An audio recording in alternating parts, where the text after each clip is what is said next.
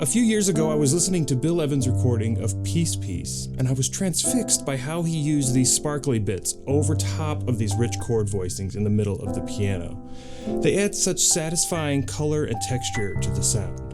And once I figured out what he was doing, I started using it basically on every tune that I play, and I think once you hear how easy it is, you're going to do the same thing.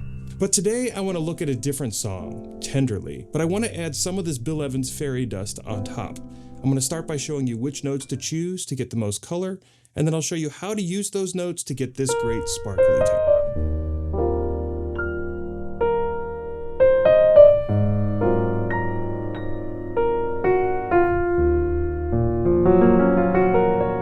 Our first step to learn how to play this is to take our voicing. So this is E flat major 7.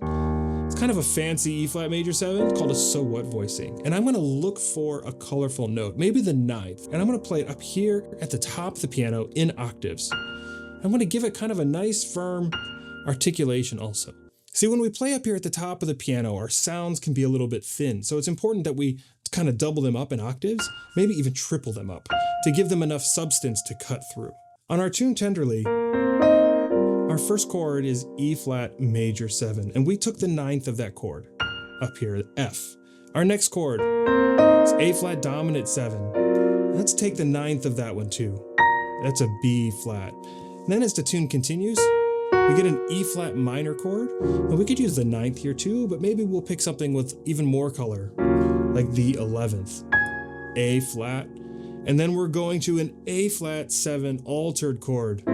So of course, let's go after those altered extensions. Let's use like the flat 9.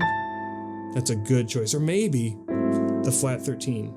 So once we've got our notes picked out, we're going to talk about different ways that we can use those to get a little bit of that sparkly texture. So again, back here on our E flat major 7 chord. So one option you could do would be, instead of playing these notes together as one idea, you could play them as two separate ideas. Or from the top down. Or you could even do 3 octaves. You could do this thing called a mordant, which is a fancy term that just says this. Maybe you put that on top first. Or you could even put it on the bottom note. Another one I like to use is to put it on the second note. So maybe we play this one by itself and then the mordant on top.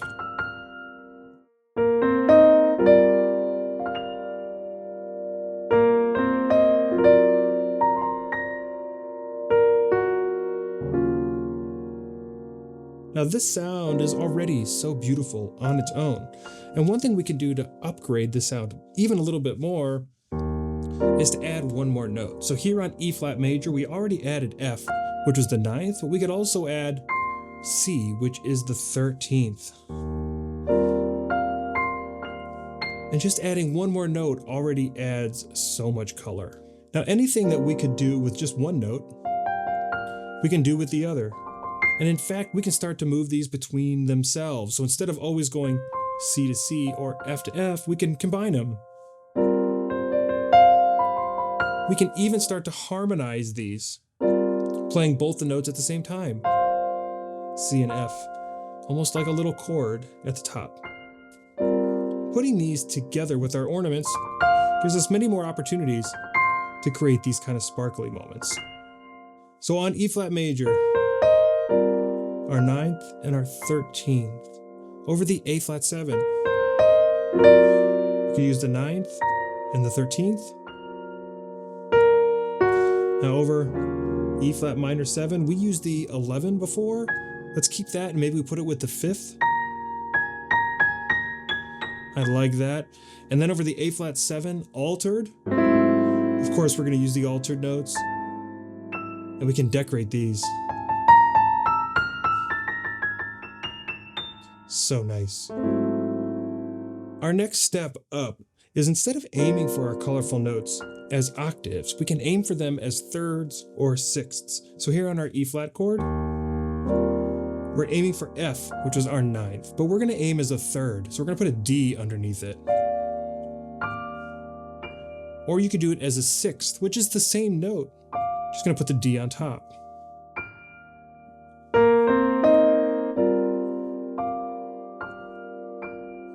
as we keep going into the A flat 7,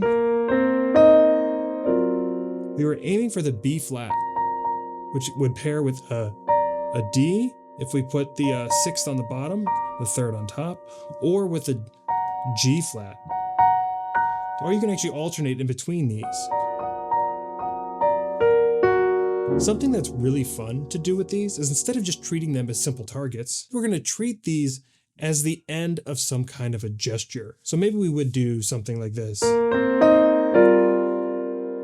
So what I'm doing here is I'm treating whatever our target note is as the top of this gesture. So on the E flat major, our gesture ends on an F, and I put a little cluster on the bottom, E and F, to that single note F on top.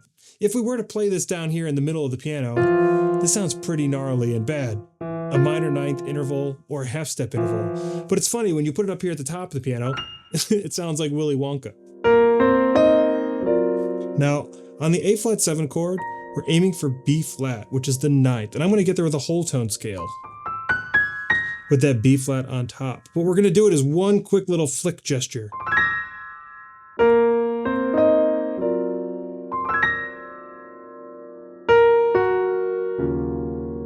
There are a million different ways that you could create a gesture up to that target note, and this is up to you to be creative.